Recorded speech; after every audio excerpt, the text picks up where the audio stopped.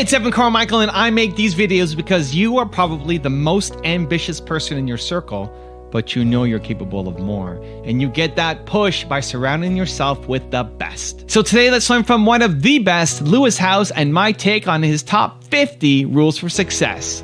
Enjoy. I think you gotta have a dream first. You know, for me, it always starts with a dream because I can go through any adversity when I have a dream, something I'm passionate about. When I'm not excited about something, then I want to give up, or I don't want to do it. Yeah. I want to go back to thinking about my dream. Right. And so I think first we have to figure out what is our dream and go on a journey and a path to achieving that. And, you know, years ago, I was telling Scooter, our mutual friend, backstage years ago, when I didn't have much, I remember watching this show and seeing people dance, and I literally envisioned in my head hip bumping you dancing on this stage. And we did it. We did it. Wow. We did it. That's Literally. listen. There are many examples of that kind of, you know, believing it and achieving it. The first one that most people come to me is they don't have a clear vision of what they want. They want a better life, they want to make more money, they want to have a better relationship, but they're not clear. And the greatest minds and the greatest achievers are very specific and clear on their vision. It's so certain to them what it is, they can see it, they can feel it, they can taste it. And as an athlete, I used to visualize how I wanted to create my sport. I wanted to create myself in sports. And vision was very powerful for me back then as it is now for business world. So the first thing is vision that people need to get clear on. Started with vision. In sports, we always start each season with a clear vision on the chalkboard in the locker room. What are we looking to achieve this season? Do we want to make the playoffs? Do we want to win the championship? We're always very clear. It's written up on the board. Every day we walk in the locker room, we see our vision. We know what we're working towards.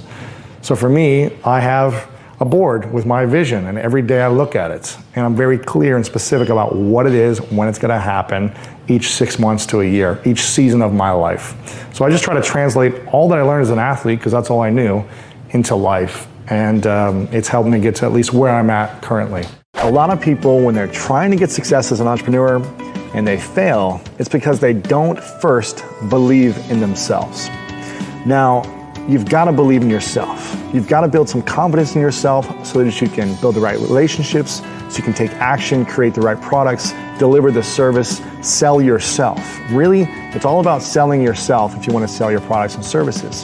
So you've got to build some small wins, little wins every single day to build that confidence and start believing in yourself. There's a lot of people who get frustrated, who then say, you know, enough is enough, I'm going to do something. And then the next day they wake up and they're like back to their old life. Like they had this moment of boldness, a moment of greatness, and then fall back into repeated patterns and habits, and, you know, life just gets them down again and they go back to their job or their regular life. Like, how did you break that cycle? And this is actually the day I'm going to go and do something bigger. I think it was just a moment of like, enough is enough. Like I was sleeping on my sister's couch for a couple of years originally. And she had told me, you know, are you going to start paying rent at about a 1.5 year mark? Like, when are you going to start paying rent? Because I was just eating her food for free. I was like a slob. I didn't like clean up. I was just taking advantage of the situation.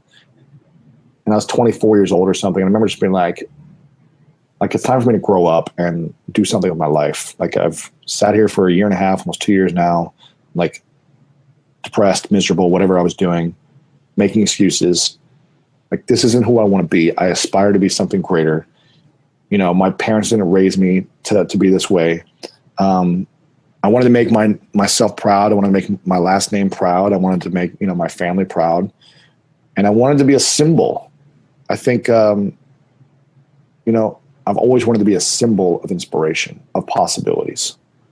From my sports days, like, I remember the feeling after the games when parents or fans or parents of other players from other teams would come up to me and say, thank you for showing me what's possible.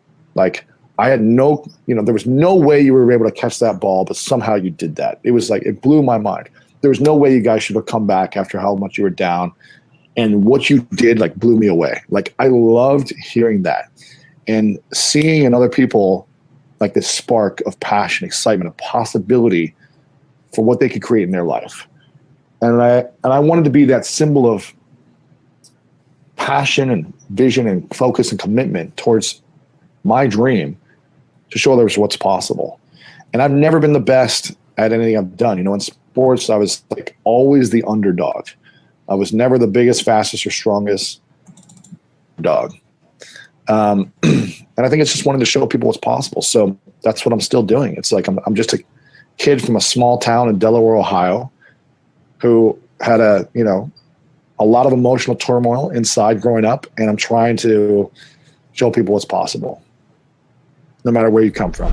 Good book by my man, Evan Carmichael, Built to Serve. If you want to learn about your purpose and how to become a better leader in the world, I love this. He says, this is the starting point for everything. If you're confused about what to do next, if you're pressured by others to fit in or live their version of your life, if you feel held back because of people judging you, it's because you don't know who you are and what you stand for. You got to figure out who you are and what you want and how you can serve other people. I built it up. I didn't have that big of an audience when I started it almost 3 years ago. I had a pretty decent size, but I had the relationships with influencers from the years of previous stuff with my other business. So I was able to get a lot of great influencers on because I do an interview podcast. And I was just consistent. I said, I'm going to do it every week for this year. And I did one once a week. And then the second year, I said, I'm going to do it twice a week this year because people were asking for more. Yeah. The third year now, people said, we want more. So I said, I'm going to do 3 times a week. Wow. And so I'm at 240 episodes almost right now, over a 3-year period. And I still feel like I'm scratching the surface. But I'm almost 3 years in, at the end of 3 years, and I still love it. So I think a lot of people get into a podcast because they feel like they need to do it or they want to do it. And they'll talk about a topic for 6 months and then they're burnt out. Yeah. So I think if you're going to do a podcast, do something that you're committed to for the next 3, 5, 10 years. Yeah. If you really want to see it grow and build momentum around your brand and have an impact. We always had this goal in sports. And I give the credit to my coaches for like instilling that in me. It's like always creating this goal for this part of time to achieve something. And during that time, nothing else mattered. It didn't matter what was happening in school for me. It didn't happen what was, relationships didn't matter. It was just like achieving that goal. Yeah. And maybe it comes back to like childhood or something where I just wanted to be a great athlete. But when I get in that mind frame, I guess, I don't know, I just want to achieve the goal more than anything else. And that's what I like to do. Learning to be with a team, learning to be coachable. I wasn't the best athlete, but I was very coachable. So once I learned that, like, okay, how am I going to build a business? How am I going to do anything outside of sports? Well, the first thing I need is a coach because that's the only way I was successful in sports. So I hired coaches and mentors early on. And I just know that the greatest athletes in the world can never do it on their own. They always have a coach, even when they're at their peak. They hire better coaches.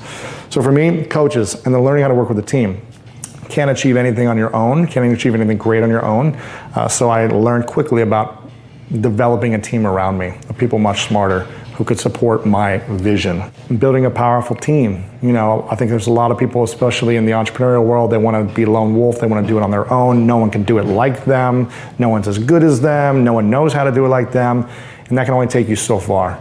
So if you want to build something really powerful and really big and expand and grow, you've got to learn to be able to work with a team. And you've got to lead with some inspiration. You can't put people down and make people feel bad because there's a lot of different options these days for people to leave and go do whatever they want. So how are you going to build a powerful team? Loving deeper, relationships I've discovered are the key to success in life. And the key to successful relationships are loving deeper and being more vulnerable and intimate. Wow. And really showing yourself. And I think we miss that sometimes. We're so busy, we're so focused on our own selves and our cell phones, whatever it may be, that we don't take time to connect like this. Yeah. And just look in someone's eyes and tell them what their dream is. Yeah. And how they feel. And listen. And so relationships are the key to success in my mind. I just went to India to get certified to be a meditation instructor, went through a 2-week process, and it's something I try to do on a daily basis. And when I implement a daily meditation practice, I feel it. I feel positive, I feel clear, I feel intentional about what I'm doing. I'm less reactive. Since I've been back, there have been days I've missed doing my meditation. And since missing them, I feel lethargic, I feel lazier, I feel more reactive or frustrated in certain times. So I definitely feel the difference from the days I meditate versus the days I don't. So set yourself up to win. in this year to making your greatest year ever by having a daily meditation practice. I'm telling you guys, it's so simple. Meditation is becoming well known from people all over the world now. It's not some weird woo-woo thing anymore. People are talking about it in the workforce, in sports, in relationships, whatever it may be. It's all good. And set yourself up to win.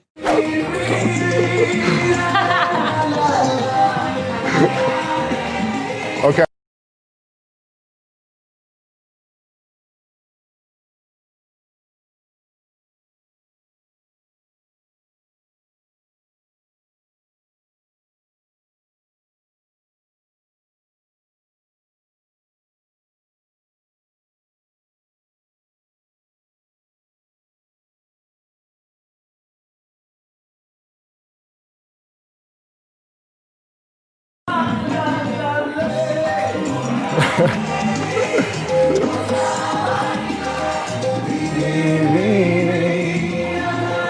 You're good. I'll let you do your thing for a second.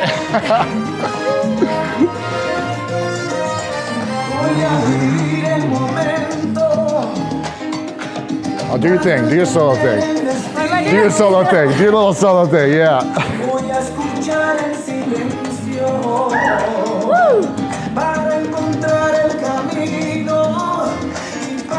Yeah.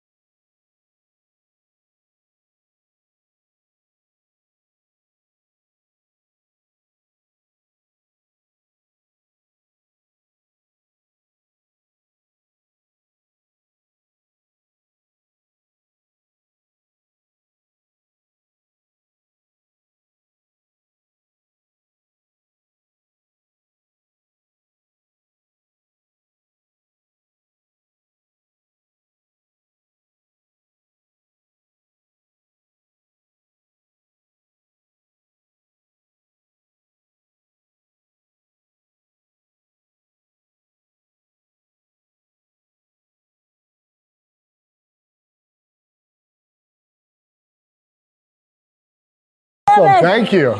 You're amazing. Hopefully I wasn't too much of a white boy. The thing about a lot of ball players, pro athletes, a lot of them live off their previous legacy. They don't create something when they're 28, 30 when they retire. Right. And they live off of their glory days. Right. And I was like, I don't have glory days. You know, I played arena ball. I didn't even play the NFL. So what can I create from this moment? And I found a couple of key mentors early on who challenged me. I realized from sports that I did really well under structure, under pressure, and under a goal and a challenge. Without that structure, without that coaching, without that goal, what was I striving for? So I had a few key mentors. I said, I want you to challenge me and give me a challenge every single week on how I can improve this. Was this in person, over the phone? Or? In person, okay. yeah. In Columbus, Ohio, so some local mentors of mine there. Business people? Or? Yeah, business entrepreneur. Yeah. One was, had a business, an entrepreneur who'd also written a number of books who helped me write my first book. Another one was a professional speaker who got paid to do speaking. And I said, I know I want to be able to speak and present my message in public someday to move people, but I was terrified to speak in public at the time. So he guided me into doing that, and so on and so on. My dad gets injured. He got in a car accident, was in a coma for 3 months. And we didn't know if he was going to live or die. Yeah. So it was this very uncertain time. And when he was in the coma, I said, what would he want me to do? He would want me to go live my dreams. And so I went after playing professional football right after that. And he eventually woke up, but we had to teach him how to write, how to talk, how to, change him constantly. Like he wasn't the functioning person that he used to be. He wasn't my dad anymore. Yeah. So it was an emotionally challenging experience because I lost the relationship with my father, but he's still in front of me. Yeah. I had to teach him how, he was like a kid almost. Yeah.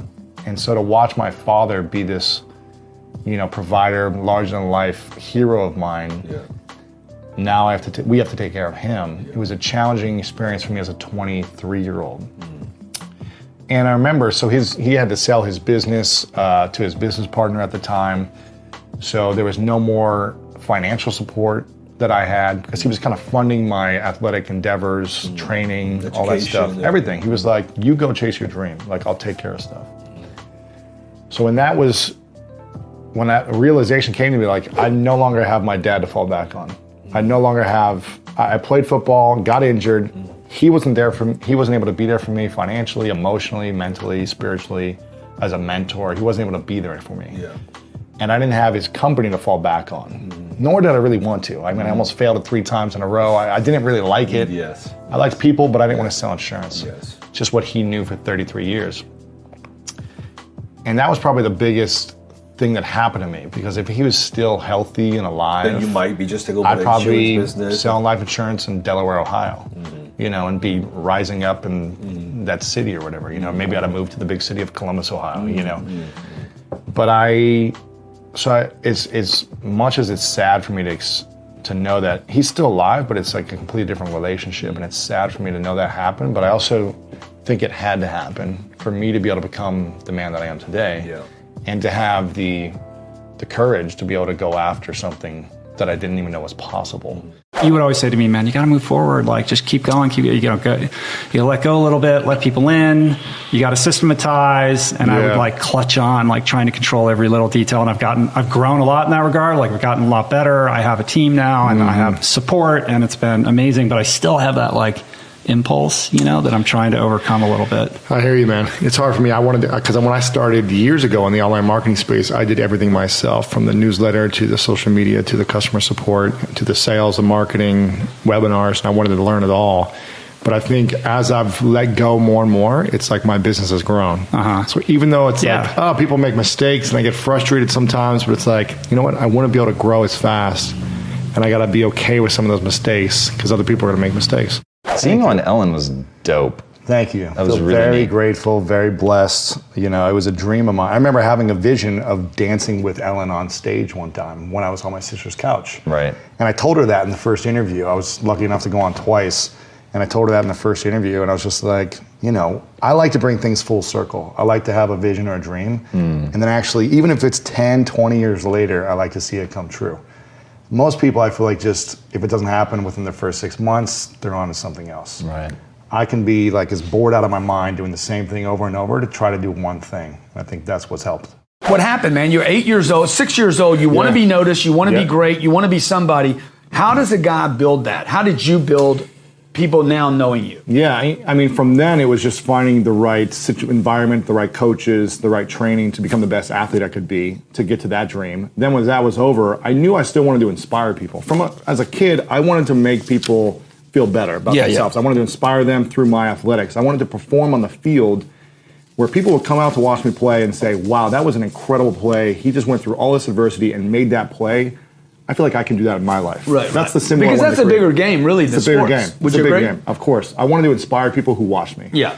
And when I was done with that, I remember I went to I don't know if you're a fan of Tony Robbins or not, but I respect what he's created. It's incredible what he's built. Unbelievable marketer. Unbelievable. When I was 16, I went to my first big event, and it was a Tony Robbins event. And I remember it was in St. Louis, Missouri, about 15,000 people in this arena. Donald Trump was actually there speaking, Larry King Live, all these other people were speaking there.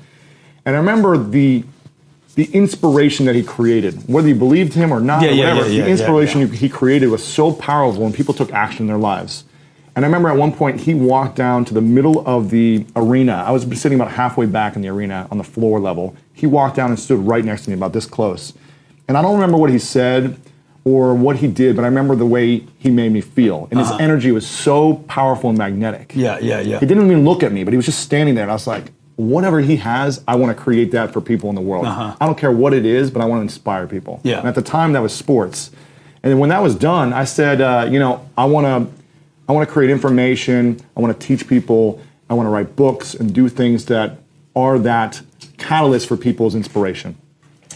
And I said, who do I need to become? What type of results do I need to create to have the backing, to have the credibility so that I can create a book or create a podcast or create something where people will be inspired by it, will they'll listen, will they'll buy? Who do I need to become? And that's what the last 8 years has been, getting results, having smaller goals every 3 to 6 months, achieving those goals, and then building momentum along the way. I had 7 years of college. It took me to graduate. Like, I wasn't skilled at anything but sports and people. I learned how to, at an early age, observe people. Yes. And I became very intuitive about how people think, why they do the things they do. And I started to be aware and sensitive and very emotional to people's feelings, their desires, their dreams, their past, their everything. I didn't know that was a skill that I could use for, my greater good and the greater good of everything. Everything I do is for a reason too. I try to constantly do things that put me out of a box, that make me uncomfortable, and that challenge me. And talking about masculine vulnerability definitely is a challenge. When I was in high school going into college, my siblings and I made a bet. They all said that I'd be like this drunk jock football player because I was going to play college football. They were like, you're going to go and be like a frat boy and this and that. And maybe it's part of my ego at the time where I was like, I'm going to prove you wrong. I didn't have a sip of alcohol all 4 years of college. That's amazing. Never even felt tempted because I just made that into my mind. I was like, I'm going to be different than what people want to put me in a box to be. I've still never been drunk because I just continue to carry that on. Wow. I was in the school musical. I was in choir. I always did things. I salsa dance. I try to do different things. That you salsa dance well. I've been salsa dancing for almost over a decade. Wow. Yeah, over a decade. It's a big passion of mine. And I just try to constantly learn things that normally people that look like me, who grew up like me, would never do. Because I feel like there's so much richness of life that I would have missed out on had I stayed in this athletic jock core group that, if I'm generalizing it, just kind of did the same thing and talked the same way and lived a certain lifestyle. And I just didn't want to live that life. I wanted to live a life of abundance, of learning, of constantly questioning who I am and if I'm doing things for the greater good or just for myself. But be everywhere, folks. You got to be everywhere. This guy's an example of that. And I was just telling him on the break, his book right now is The School of Greatness. He's out. You got to get it. Go to Amazon, Barnes & Noble, go wherever books are sold.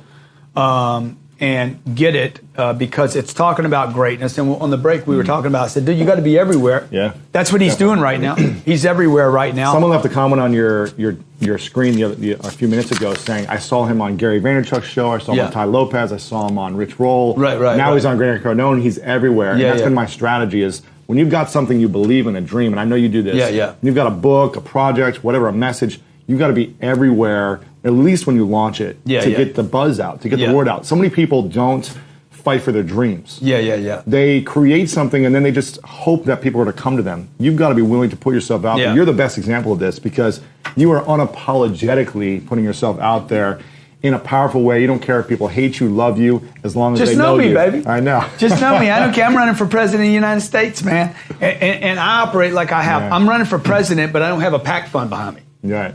So look, you got to be out there every day. Look at Donald Trump. What Donald Trump crushing it. Huh? He's crushing it. People hate him, but he's everywhere. When I had surgery, I broke my wrist, and they had to put a bone from my hip into my wrist. You see a scar. See the scar here. They took a bone out of my hip, put it in my wrist. I was in a cast from my shoulder to my fingers for 6 months like this. Wow. So I was in this position. And when you're in a cast like this, I could move it here, I can move it here, I can move it here, but I couldn't straighten my arm. So I kind of rested. And it would like scratch my shirt when I was shirtless. It would like scratch my skin. It smelled. It was dirty. All these things. I was like, it didn't look good. So I invented this cast cover. I actually still have one. I think it's in that locker. Take a shot of that. This is over 15 years ago, I think. I invented this cast cover that I actually went on Alibaba.com. I had like $60 to my name. I was like, here's what I want, here's the design. I want it to be like a wristband, because I wore wristbands in football. I was like, I need a long wristband. that's double thickness. Yes. That's different colors. That has a thumb hole. Like all these different. You were just things. thinking of doing it for yourself. That's right? it. I just wanted the solution. You weren't thinking of creating a product. No, I was like, I need a solution for my pain. Yeah. That was it. Okay. That's my first entrepreneurial idea, but I didn't know what it was. Yes. So I got this thing back from China. That was like 6 weeks later after I wired this money. I was like, I'm never gonna get this money back. Yes. I had no clue what was going on. Was it difficult communicating with China? Very difficult. I'm sending emails back and forth. They don't understand. You try to understand what they say. I had no clue what I was doing. Yeah. But I went on Alibaba and posted something. And I got this box back with all these cast covers, right, that I made. And I remember saying to myself, wow, this thing is amazing. I could change them out with different colors. It fits over the thumb hole. It looks better. Now, maybe I can make some money with this. Wonder who else needs this, right? Yes. There's lots of guys who break their arm and leg. There's got to be a few of them more than you. Yeah, okay. So I remember I was dating a girl at the time, and I was just like, I need to meet an inventor. Someone who's done this before that can help me. Because this is an invention, right? Even though it's just a piece of cloth. Yeah. And she goes, I know an inventor. Oh, wow. And he just moved back to Columbus, Ohio. That's where I was living at the time. He just moved back. Okay. And I go, I need to meet this guy now. Okay. Like, put me in front of him, call him. I need to meet him now. Okay. I meet the guy the next day. And at the time, I was a couple months out of football.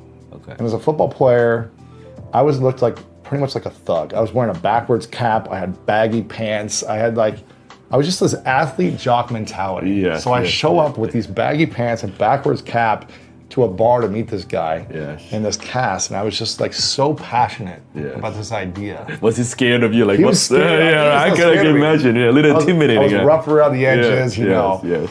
And I was just like convinced this guy knew the answer. Yes. Because he'd done it before. Yes. He may be afraid to say no to you. Exactly. He's complete opposite of me. He was more like analytical and nerdy in a sense. He was just like, but I brought this passion and this energy that I was just like, I need to make this happen. Yes. And I want to work with you. I want to make this happen. I don't know why, but he brought me on for 6 months. I worked for free for him for 6 months at his invention shop. Wow. In the kitchen, he had a closet that I had like a little desk that he put in for me. Yeah. And I was working for him, doing phone calls, trying to like promote his other products, going to trade shows with him and just learning about how to take an idea and bring it to reality.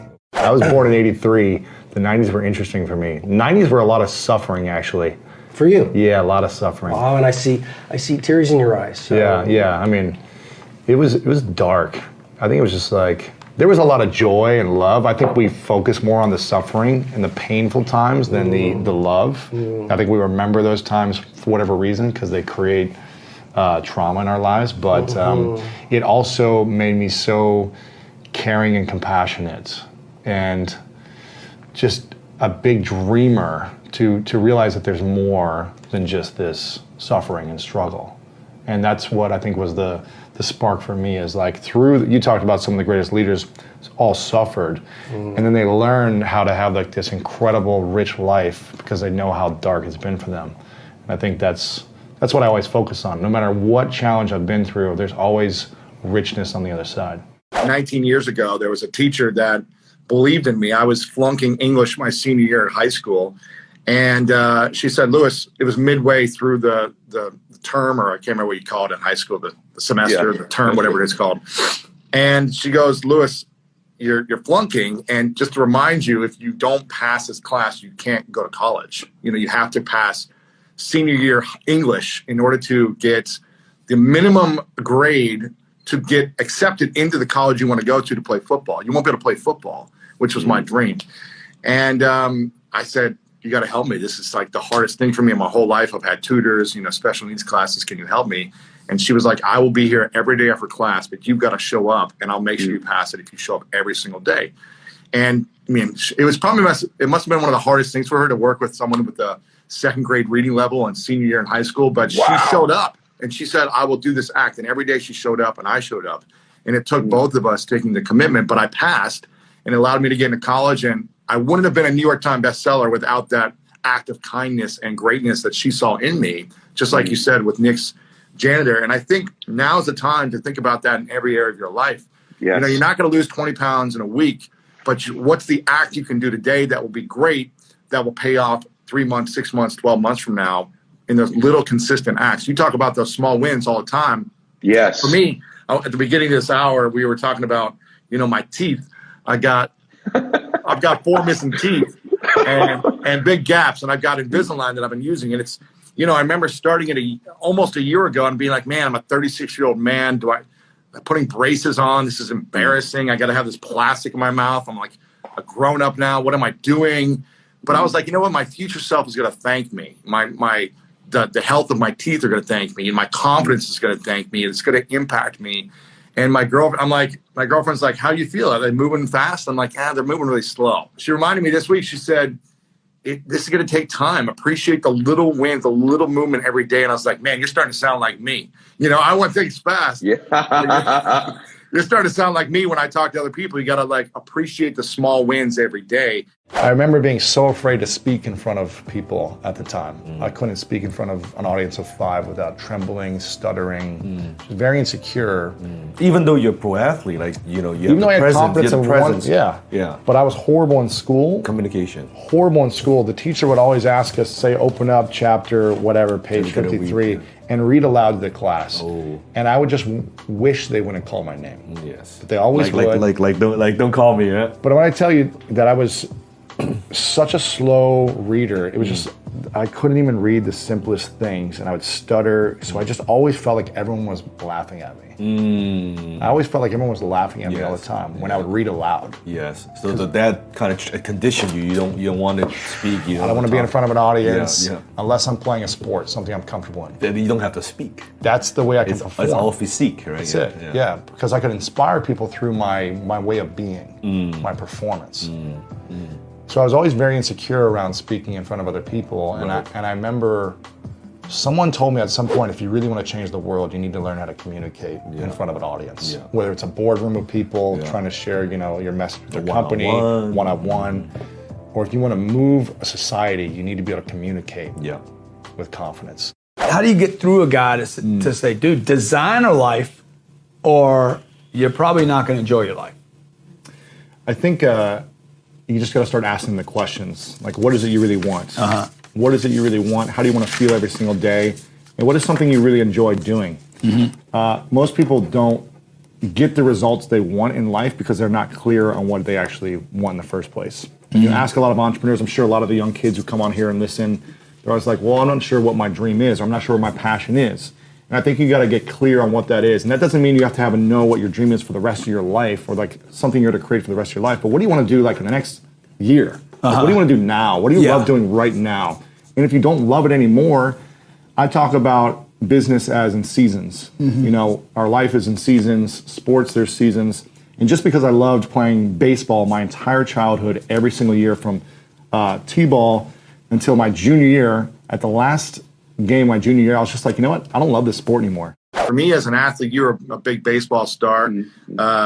For me, the way I learned about being successful through achieving a goal and building more confidence through sports was the structure of your schedule. And as you were saying this, I was just like, you become successful through the structure of your schedule, because when you have it mapped out and you check off your promises to yourself, you can look backwards every week, every month. Look at all that I created. And you feel that much more prepared when you step on stage, when you go into the interview, when you go into your first date, whatever it may be. You feel prepared because you took the steps and the promises every day to yourself. And that's how you become more successful and more confident, is through the structure of your schedule. When I think the ego is present, you're unwilling to look for different answers or different solutions because you feel like you already have them. So for me, it was really about, okay, first being aware, my ego is leading the way. How is this supporting me and how is this hurting me? Because in some ways, it was benefiting my life. I was achieving. I was getting recognition. I was making money. I was in good shape. In other ways, the most important ways, my internal well-being was suffering, was hurting, was confused, was depressed at times, and was always in this conflict. And so first for me, it was like, okay, I realize that I have a challenge. I have a problem, right? It's that recognition. What can I do next? How can I have the understanding, the tools, the technology to move forward in a way that I'm not a slave to my ego, but I am aware of it. I can welcome it. I can have a conversation with it, and I can let it go. My third mentor told me to go on LinkedIn. Okay, got it. So my third mentor was a headmaster of the university that I went to called Principia College. And he was an Olympic qualifier in the marathon. He was just like a great spiritual business leader for me. He just always had the right moral. He just always knew like which direction you should go in. I could go to him for advice, and he was kind of like a sensei where he would never give me the answer. Yeah, ask you questions. Ask me to answer myself. Yeah, you know what I mean? That's a great teacher right there. Great teacher. That's a great teacher, yeah. He would just kind of wait for me to like know the answer, you know, whatever it was. Nice. And I remember calling him and saying, I'm broke, I don't know what to do. I'm getting food out of the back of a Toastmasters. Like people have to beg people to take me to lunch. And he said, you should join LinkedIn. And at the time, I think there were 14 million people on LinkedIn. Oh, this was 2007. Yes, early on. And he's like, I've heard some people are getting jobs there. Why don't you check it out? Yeah. So I said, all right, I'm going to, Maybe whatever you get a tell me job. to do, Yeah. I'll do whatever you tell me Yeah. to do. So I'm spending 6 hours a day on LinkedIn for the next year and a half during this time, just reaching out to people, trying to connect with local leaders in Columbus, Ohio, business leaders, successful people, just anyone from sports background to business to whatever it may be. Anywhere I could find like a tie where I went to school with, or they went to the same school, or they like football, anything at all. I was like, what do we have in common that I could reach out and connect to people? After about a year of building my relationships and profile, people just started coming to me and saying, hey, can you introduce me to this person? How do you know that person? I need help here. Can you connect me to a sales rep or a marketing rep? Yeah. I just started to become the connector. Then people were like, can you show me how to use LinkedIn the way you're doing it? Yes. And I started showing my friends. Yes. And one guy gave me $100 after I showed him. He goes, you have no idea this is going to help my business so much. Yes. And I go, this is a thing? I can make money teaching what I already know really well? Yes. And that was a big spark for me. I was like, okay, I can make money doing this. The goal is to do what you love every single day and make money around that. That's what I'm teaching people. That's my mission right now. So how do I do that, dude? How do I do that? I want to be an artist. I want to be a musician. I want to be a ball player. Yeah, you got to promote. I'm 57. How am I going to make money playing ball? You got to learn to be in a senior You got to league. learn to tell your story. You got to learn to tell your story and become an incredible marketer. And a lot of people don't love to hear that, because here's the thing. Speaking about artists, I'll tell you a perfect example. Yeah. My brother is the #1 jazz violinist in the world. Yeah. And he has built an incredible business around this. He has 30 different streams of income. He's hustling like a machine. Yeah. There's no way he should be making money as a jazz violinist. There's like 4 of them. No one cares about jazz violin. But he has built, multiple 6-figure business every year around it. And he says this to me all the time. He's like, I find the most talented musicians all over the world who make nothing. Yeah. It's because they think they're not supposed to promote their work. It's like they think that they're just supposed to be locked up in a room or go to a bar and perform, and that some talented rep is going to find them and then make a CD for them. Yeah. It's not going to happen. Yeah. That marketing's not art somehow. No. It is necessary if you want to build a business around your dreams. You've got to learn how to become an incredible marketer and promoter around your passion. Yeah. And that's something that I learned early on when he would finish a set in front of 25 people at a jazz club where he's making $50 that night. He would go around afterwards and take his CDs in a box and go around and say, thank you so much for being here. Will you buy my CD? Yeah. He put it in their chest and wait until they made a decision. If they said no, he'd be like, awesome, thank you for coming. Right. Next. When I started out 2008, 2009 in just kind of figuring out who am I going to be in the world as a 23, 24-year-old guy trying to figure out my next move in life after I was done playing football, I went on LinkedIn because a mentor said, why don't you check out LinkedIn and see if you can find a job? And all I did was reach out to successful people or people at high levels in their careers or CEOs and message them. And none of them got back to me at first. And then they all got back to me because I stopped saying, hey, can you give me 10 minutes and give me some advice and mentor me? I stopped asking that. And I started saying, what are the questions that if I was really successful and had no time, that would pique my interest and that would make me want to give my time to some young kid trying to figure out life. And I started asking different questions. And I think the quality of your relationships depend on the quality of the questions and all those different things. I think probably Tony Robbins said that. Yep. And the questions I started asking was, I would say, what are the things we have in common and how can I speak to those commonalities? Who might we know in common? I just find as many commonalities as first, and I would speak into the commonalities that we had and also the greatest moment in their career that I could research and find. So I would see on their LinkedIn profile. So it's just always researching so much first before I reach out to someone. And I would see, oh, they made a big jump from this company to that company in May of 2004. And I'd say, can you tell me more about exactly what you were thinking about when you did this big jump from this company to this company and how you did that? It's fascinating to me how you did this. So I speak more to, can you tell me how you became successful as opposed to, can you teach me how I can become successful?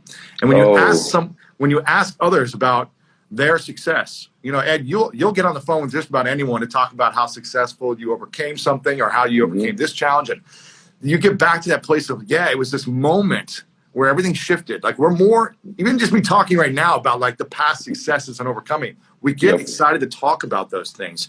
We don't want to spend 10 minutes to give people advice on how they can overcome something, but we'll tell people how we did it. And that's a gift to be able to ask someone about how they overcame something. I was in the car. I called 2 friends during that car ride who I knew had a podcast and asked them, what is this podcasting thing? This is before podcasting was a thing. And this is when it was like just a couple tech podcasts, 6-7 years ago, right? And both of them were like, it's my most favorite thing to do. I get the best leads for my business. And it's just, I have so much fun doing it. I was like, these guys can do this. I could figure it out. I've never done this before, but I could figure it out. You can talk to people. You can come. But my whole life I'd been observing and interviewing people, just not recording it. And so I said, okay, I'm going to launch this thing. It's going to be called School of Greatness. And everyone said, you're crazy. You can't do a podcast that's like personal development, asking about relationships and business and mindset and philosophy. You need a niche. And this is what I would teach as well. Like you need a niche, man. Everyone's like, no, you need to do like the entrepreneur show or like an online marketing show. That's what you're great at. A LinkedIn show. Exactly. They were like, you need to do online marketing. You can't do this like broad thing. It's not going to work. Everyone told me it's not going to work. And I go, I really don't even care if I make money. Like it doesn't matter to me. It's just something I believe in. And I think like people are going to listen. So you want to talk to people you want to talk to. That's it. I just want to talk to people I want to talk to. Some might be billionaires. Some might be like spiritual teachers. Like I didn't care. And they and my friends were like, I don't think it's the right move, man. Like it's a cool name, but I just don't think it's going to work. Because you confuse your audience, right? All that. And I said, I'm going to do it for a year, and I don't want to make money the first year. I don't even want to try to make money. I don't want to think about money. I just want to do something that I love. I want to help myself, and I'll help other people. And it took off, man. It took off. Like in the first year. Do you remember how many downloads you got the first year? It took off in the sense of it was well received. It only got 750,000 downloads. But the reputation. In the year, right? The reputation you built. Yes. It didn't even get 1 million downloads the first year. And I think this is what people need to be aware of. My whole first year of podcasting didn't even hit 1 million downloads. Second year was only 3 million downloads. Still, It's nice, but it wasn't like boom overnight. It was like this huge success. But people loved it, and the impact and the results they were getting in their life was amazing. And I was loving it. What do you think about masks in terms of identity? Because for someone like you who spends a lot of time thinking about this, that not only did you go see a therapist, like it actually registered in your mind that would be a helpful thing. For a lot of people it doesn't. They actually don't know what their true self is. Like how do they begin to deconstruct and differentiate between, like when you talk about wearing the athlete mask for so long in your life, and that was real, right? Like you had a real passion for it. You still do. I mean, you're on the U.S. national handball team, so it's like there's a point at which it's real and sort of core to who you are when you're being authentic, and then it spills over into a mask. How do you help people deconstruct that process to find where those marks are? I think it's a lot of self-discovery. It's a lot of, for me, what worked was having open conversations and asking for feedback. And when you're wearing a mask, you don't want feedback. You want to know that you're right, that your way is the right way because it's been working for you. So asking someone, hey, how do I show up for you?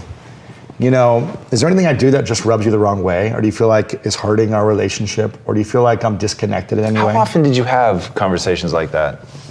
Growing up, not many. But 4 years ago after this fight, I started having them every day with everyone in my life. I think, here's something you can start with. You can either have an open conversation with someone and ask them to rate you. whatever works for you. Hey, will you write a list of the things that you feel like work really well for me, my strengths and my weaknesses? Or on a scale of 1 to 10, how open am I to feedback for you? Am I, 9, where I'm pretty open pretty much all the time? Or am I at a 2, where anytime you ever suggest anything, I push you away? Just start getting feedback from your closest friends. If you have an audience, you can ask your audience, from your family. Did you ask your audience?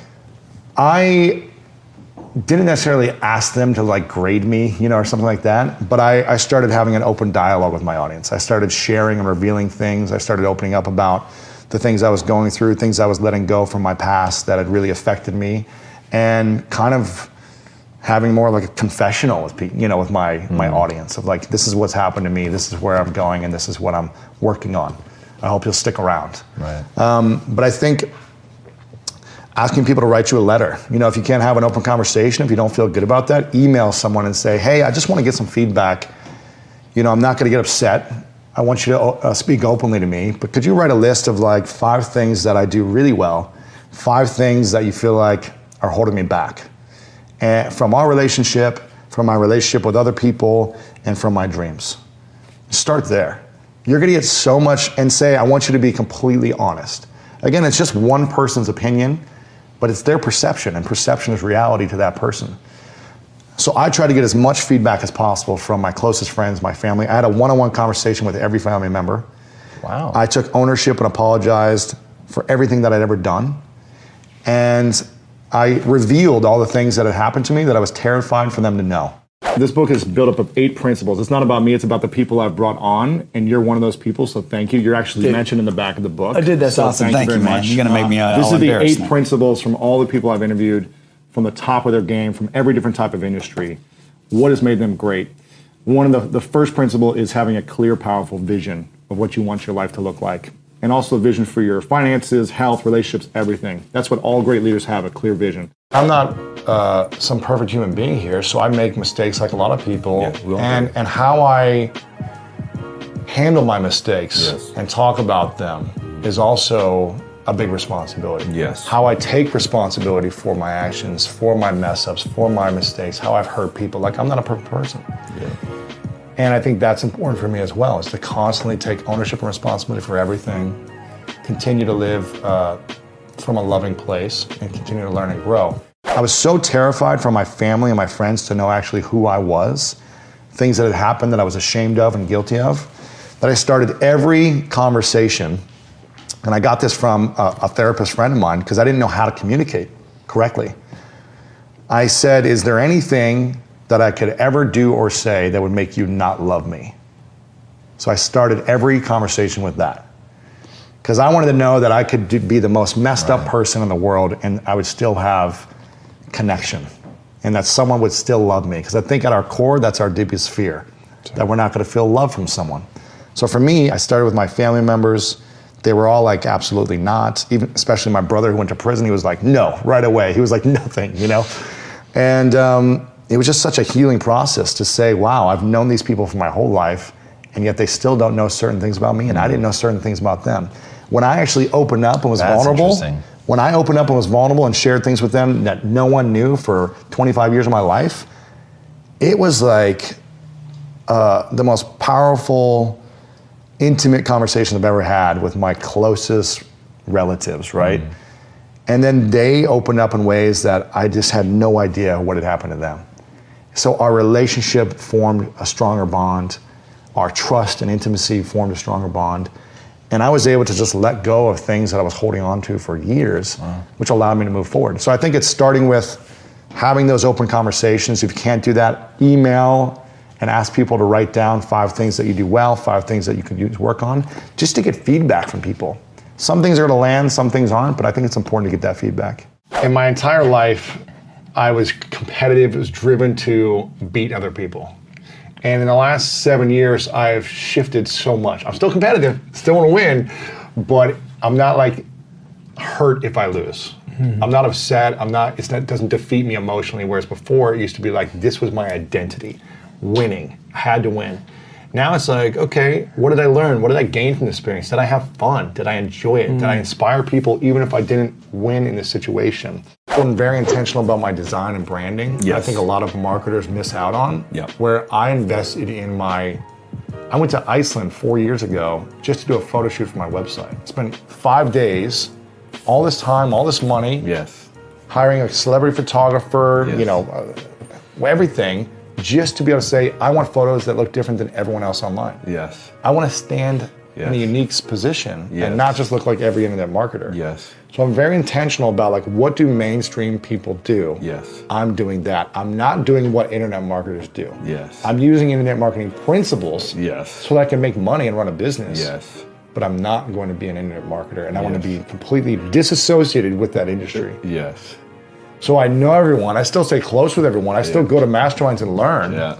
But it's how can I apply mass mainstream media strategies, branding, mission, vision, and apply it to what I'm doing. And that's something I'm always thinking about is how can I be different?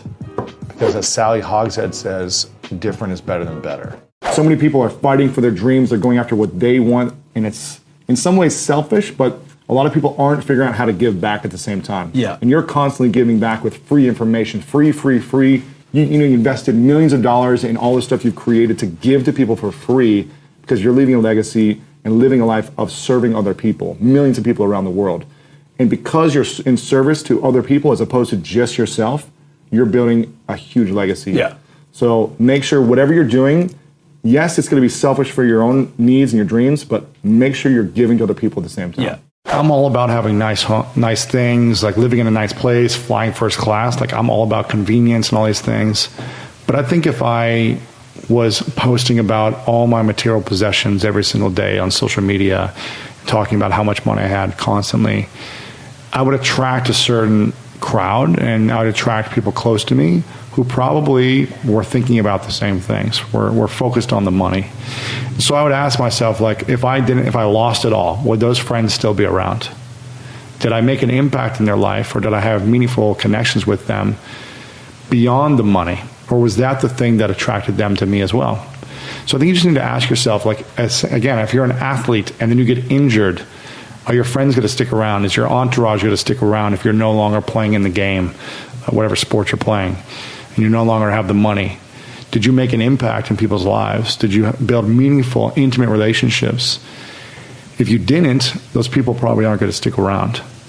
But don't allow your net worth to reflect your self-worth. And the same thing with your athletic capabilities and everything else. Figure out a way to develop your self-worth first and build meaningful value in other people's lives. And if you make a lot of money, cool. But at least you have the foundation first of self-worth. For me, mass credibility is important. Yeah. Mainstream credibility is important. Because I think that's when you can really influence people. Yeah. And impact a lot of people. And I noticed that, I'm not going to say their names, I think they're all great guys, but a lot of these guys who are successful in internet marketing, Oprah, Ellen, GMA, Today Show, none of them were being called to be on the shows. Yeah. And I was like, if I want to impact the country and the world, I need all the big press to say, man, there's something about this guy or his mission or his message that we like. We got to have him on. Yeah. And I remember when I was on my sister's couch thinking, like, someday I want to be on Ellen. Yeah. I want to be dancing with Ellen. I saw it. I want to be dancing with Ellen. I saw it. And I was just like, it's not going to be teaching LinkedIn. Yeah. It's not going to be being an affiliate marketer. Yeah. Because it's just too hacking the internet. Yeah, it's just not it. Yeah. How to build an email list. Yeah. That's it. And I was just like, I need to build something that is building a movement and transforming lives. Yes. You know what I mean? Yeah. Whether it be spiritually, financially, health-wise, like it's got to be a bigger transformation than just how to make money. And I was like, gosh, how do I do this? And when every internet marketer was doing courses and just coaching by itself, I said, okay, I'm going to keep doing that because I want to generate revenue. But I'm going to build this podcast into a mainstream brand. How do I do that? I can't talk just about money. I need to bring on celebrities. I need to bring on thought leaders. I need to bring on billionaires. Bigger society, global mainstream people. Yeah. I need to interview them, not just the internet marketing celebrities, which everyone else was doing that I knew. I was like, I can make a lot of money doing this. Yeah. But I need to forego money and do whatever I can to build relationship equity to get these people to come on my show, to trust me to tell their story. Yeah. Through association, I'm going to become that. Yeah. You know? Yeah. you become who you hang out with. Yeah. You become those people that you're surrounded with the most. Yeah. And so people just started to say, well, I was in those conversations. Everyone just be like, do you know Lewis Howes? Do you know Lewis Howes? Like, Lewis is a cool guy. Like, yeah. Man, he's with this person, Like, it was a great interview. Man, that's Lewis Howes guy. Yeah. You just become associated with that crowd. Yeah. Mainstream, celebrity, credible, whatever it is. Yeah. If you interview all world-class athletes, you become known as world-class. Yes. And then I said, the podcast was a great foundation. That's not enough. Like podcasting didn't have a big enough name still, 6 years ago, 5 years ago, not even until really a year ago. Yeah. So I said, what can I do? I need to write a book. Everyone who's credible, and this was my second book. The first book, I was like, I need to write a book. It's a great book, by the way. Thank you. It's a great book. I need to write a book. And everyone was talking about self-publishing, 5 years ago. Yeah. And I go, it's got to be with a big traditional publisher. Yes. Because I need to go mainstream. Yeah. Because no internet marketer who writes a book gets a New York Times bestseller list. Yeah. They're not getting press. Yeah. I need mainstream press, mainstream publisher. Yeah. I need front of Barnes & Noble. Yeah. I need airports. I need what celebrities and credible TED speakers do. Yeah. That's what I need. Yeah. And I was committed to it. I went after the best agent in the world, Tim Ferriss's agent, Stephen Hanselman, who's incredible. And I said, and I was working on trying to get him as my agent for 5 years. Yeah. Until I became the person I needed to be for him to take me on. I had a vision, and I was just like, I'm I gonna write a remember book. when we did the book tour. It was intense. Yeah. I was like, I need to do everything that a celebrity would do, everything that a New York Times bestselling author would do. What do they do? Yes. They do big book tours. Yes. They have other celebrities with photos of their book posting them. I remember after the book tour, I think I was listening to, I think maybe you on a show or something like that. You're like, oh my, that's a long, it was a lot. There was a lot of work. Like, oh man, There that was was so much energy. Yeah. But I was like, this is a moment in time that I have Yeah. to make something special happen. Yeah. Can't write a book every year Yeah. and have a chance to hit the New York Times bestseller list, Yeah. unless that's all you're doing as a writer. Yeah. But I was like, I need my first book to make a splash. Yeah. And there's a moment where I can call in every favor from every guest I've had on, Yeah. because I never asked them for anything. Yeah. It's where I can ask for every favor, email every journalist that I've ever talked to, Yeah. all my affiliate marketing contacts, everyone, Yeah. to promote one thing Yeah. for 1 week Well, 1 week. Yeah. and give myself a chance. Yeah. It was in the front of all the Barnes & Nobles Yeah. because I built a relationship with the Yeah. Barnes & Noble team. Yeah. I was in magazines, I was on TV, I was on everyone's email list, every podcast, all social media. I was omnipresent Yes. for a couple of weeks. Yes. And I remember when I got the phone call from my agent congratulating me that I hit number 3 in the New York Times bestseller list in the first week. I was just like, it's kind of like this, like, oh my gosh, we put all this energy.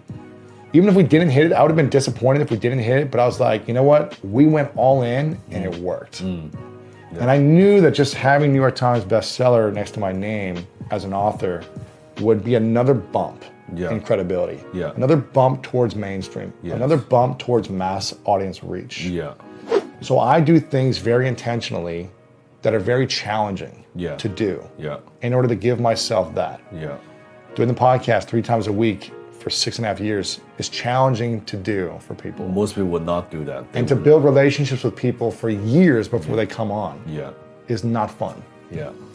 To write a book and think of it as a New York Times bestseller, not as a moneymaker, Yeah. but as a mainstream book. Yeah. It's counterintuitive to my marketing roots, Yeah, right? totally, It's I like, get what it. can I do as a funnel to have a back end? And I think, no, what can I do that's going to change humanity? Yeah. And that's why I'm launching my new book. It's exactly the same. Exactly. Exactly the same. Then I said, okay, what's the next phase? I need a talk show. Yeah. So last year I did the first talk show for Facebook Watch. Yes. They came out with a new platform. We launched their first ever talk show. And that was another bump. It was like Yes. getting credibility, getting press, Yes. getting all this attention. Then I was like, you know what? What else do I want to do that's challenging that people aren't willing to do because it takes time, money, and energy? People are going to constantly judge us, whether we go after big dreams or do nothing. We're going to be judged. Either way, if we sit on a couch all day, our parents and our friends are going to be, you're lazy, do something with your life. If we go chase after the most audacious dreams we have, a lot of people are going to attack us and try to bring us down. So we might as well go do something with our lives and say thank you for the feedback and move on. Some things will land, other things will just bounce right off. And it's our duty and responsibility to be able to move forward and be discerning of the information we receive, have a close group of people that we really trust, who can cipher some of the information and give the feedback that is worthy, and then try to learn, apologize, move on. That's all we can do. I feel like in the last 7 years, it's been more duty and love. It's more like mission focused. And there's an amount of happiness that I've never felt before until I reached practicing duty and love. And I remember I never was able to fall asleep at night until about 7-8 years ago without an hour and a half of just anxious, anxiety, stress, concern, worry. And when I shifted from seeking personal gratifications to being motivated by a mission and love and gratitude, it's like I started to fall asleep within minutes. And it's crazy. I remember as a freshman playing football, I was playing Division II football in Minnesota. They usually redshirt all the freshmen. And I went into this with a big ego, thinking like, I'm gonna start, or at least I wanna play, right? So I went into it with an ego in the first place. But I also, which wasn't good, but I also went into it with some things that were good from this conversation. I told the coach straight up, like, I know you don't play freshmen, but my intention is to play. What is it gonna take for me in order to get on the field? You know, do I need to get here early? Do I need to stay late? Can I sit here in the office with you after the before practice and go over game film? Whatever it was, and he told me, yeah, I need you to come in the office every single day and watch game film with me. I need to be with your receiver coach every single day beforehand and doing reps. And I just did it. And I eventually started to play my freshman year. I didn't start in the beginning, but I started to start at the end. And that for me, it was powerful. It's like I dressed in it because I wanted to play and I was afraid I wasn't going to play at all. And just waste a year of practicing like every other freshman would do there. That was my ego going in, like amazing. I need to play. But I was also like, I'll do whatever it takes and I'll practice and I'll confront it with conversation and say, this is my intention, this is my vision, and I'm going to do whatever it takes for you. In the morning when I meditate, I set my intention. I literally know how powerful my ego is, and that I could be easily triggered to react like a silverback at any moment. Like, it's so easy for me to go to that place if I'm not intentional about the way I want to be throughout the day. So that's why when I'm meditating, I'm thinking about any scenario that could happen today. With my girlfriend, what if she gets upset at me for something that I forgot to do? How am I going to respond? You know, if a team meeting doesn't go well, how am I going to respond? If someone misses a deadline, if someone does this, if someone does, I just try to go through things. How can I respond? If anything happens, am I going to react to everyone around me? Or am I going to take ownership? So I try to get clear on my intention for the day and in any area of my life. And when I do that, I feel like I'm prepared. And I think most people, humans in general, aren't as prepared for these challenges. And then therefore they go back into just wearing a mask. When any situation occurs where they feel attacked, let's put on the mask because that's what feels natural. I think we need those challenges for ourselves. We need a challenge. It's like kind of like in a big game. You need a challenge to be able to see how great you can become. Yes. You need a competitor, or you need something that you feel a little bit scared about or a little bit unsure about to see how you can rise up to that challenge. And if there is no challenge, we're never going to perform at the highest level. Yeah. I think we got to constantly challenge ourselves if we want to step into something new. Otherwise, we've developed a strength and a comfort zone of what we're comfortable with. The definition of masculinity is living in service. Being in service to others and to humanity. We've been given so much just to be on this earth. That's the way I choose to look at life, is I've been given so much. Even if I went through so many challenges, I've been given a lot. I feel like it's my responsibility to leave a legacy by making humanity better and making the world better in any way that I possibly can, because I was given so much by just entering the world. And that's the way I choose to look at it. So a masculine man is someone who lives in service, who comes from a place of win-win, of we're all in this together, and someone who lifts others up around them. We talk about responsibility, you know, not to like plug this book or anything, but this book was something that I felt like as I started to heal from my past on this journey of self-discovery, and let go of a lot of the anger and resentment I was holding on to as a child from being sexually abused and a lot of other stuff, I realized like, wow, there's so many other men that I know who are suffering. And I want to give them these tools that I'm learning. And I want to find the experts and learn from them and write about it in a book. And this book was everyone was like, again, like they said in the podcast, they were like, don't do this book. Do a marketing book. Do a business book next. My first book was a huge success. We got to build the momentum. Now it's the business version. Yeah. I was like, I just don't want to talk about business. Yeah. I'd rather talk about how men can heal. Yeah.